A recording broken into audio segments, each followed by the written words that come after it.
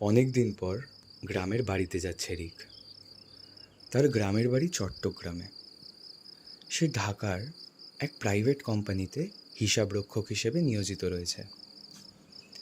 একমাত্র মা ছাড়া তার আর কেউ নেই। তবে তার মা থাকতেন গ্রামে। রিকের যখন 8 বছর বয়স, তখন তার বাবা পরলোক গমন করেন। খুবই কষ্টে তার মা তাকে বড় করেছেন। রাত তখন 12টা। বাসের টিকিট কাউন্টারে বাসের জন্য অপেক্ষা করছে রিক।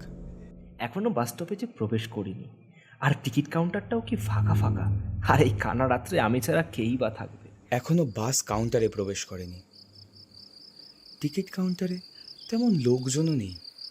তাছাড়া এত রাতে কেই বা থাকবে? সে চেয়েছিল দিন থাকতেই বেরিয়ে পড়বে বাড়ির উদ্দেশ্যে, কিন্তু অফিসের কাজের জন্য আর হলো না। মেজাজ তার চরমে উঠে গেছে।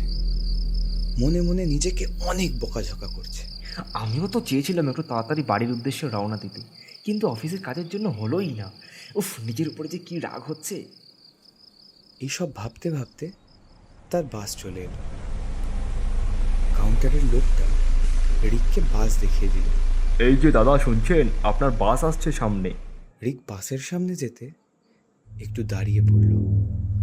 তার চোখ গেল বাসের নামের দিকে। সে একটু অবাক হলো। কি অদ্ভুত নাম রে বাবা, নিঝুম এক্সপ্রেস।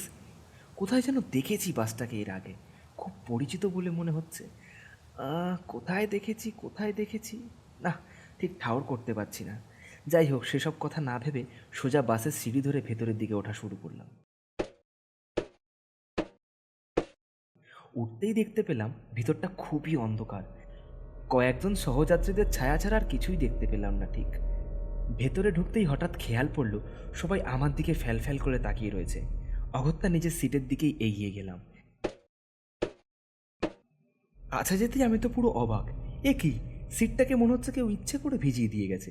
এদিক ওদিক তাকালাম, সমস্ত সিটই ভর্তি, শুধুমাত্র আমার সিটটি ফাঁকা রয়েছে। অগত্যা পকেট থেকে রুমাল বার করে নিজের সিটটাই মোছা শুরু করলাম, আর মনে মনে বলতে লাগলাম, আরে ভাগ্য, একেতে কানারাতে যেতে হচ্ছে, তারপর নিজের সিট নিজেরই পরিষ্কার করতে হচ্ছে। যাই হোক, সিটটাকে কোনোরকম ভালো করে মুছেই বসে পড়লাম।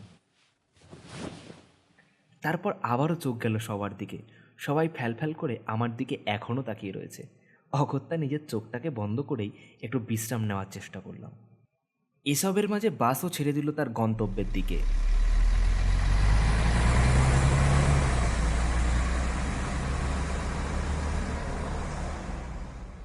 কেন জানি না আমার একটু ইতস্তত বোধ হতে লাগলো।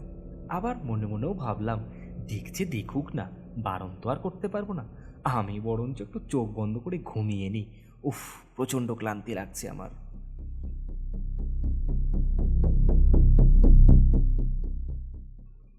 কখন যে ঘুমিয়ে পড়েছিলাম ঠিক টের পাইনি, তাও ঘন্টা দুয়েক তো হবেই। হঠাৎই ঘুম ভেঙে গেল আমার।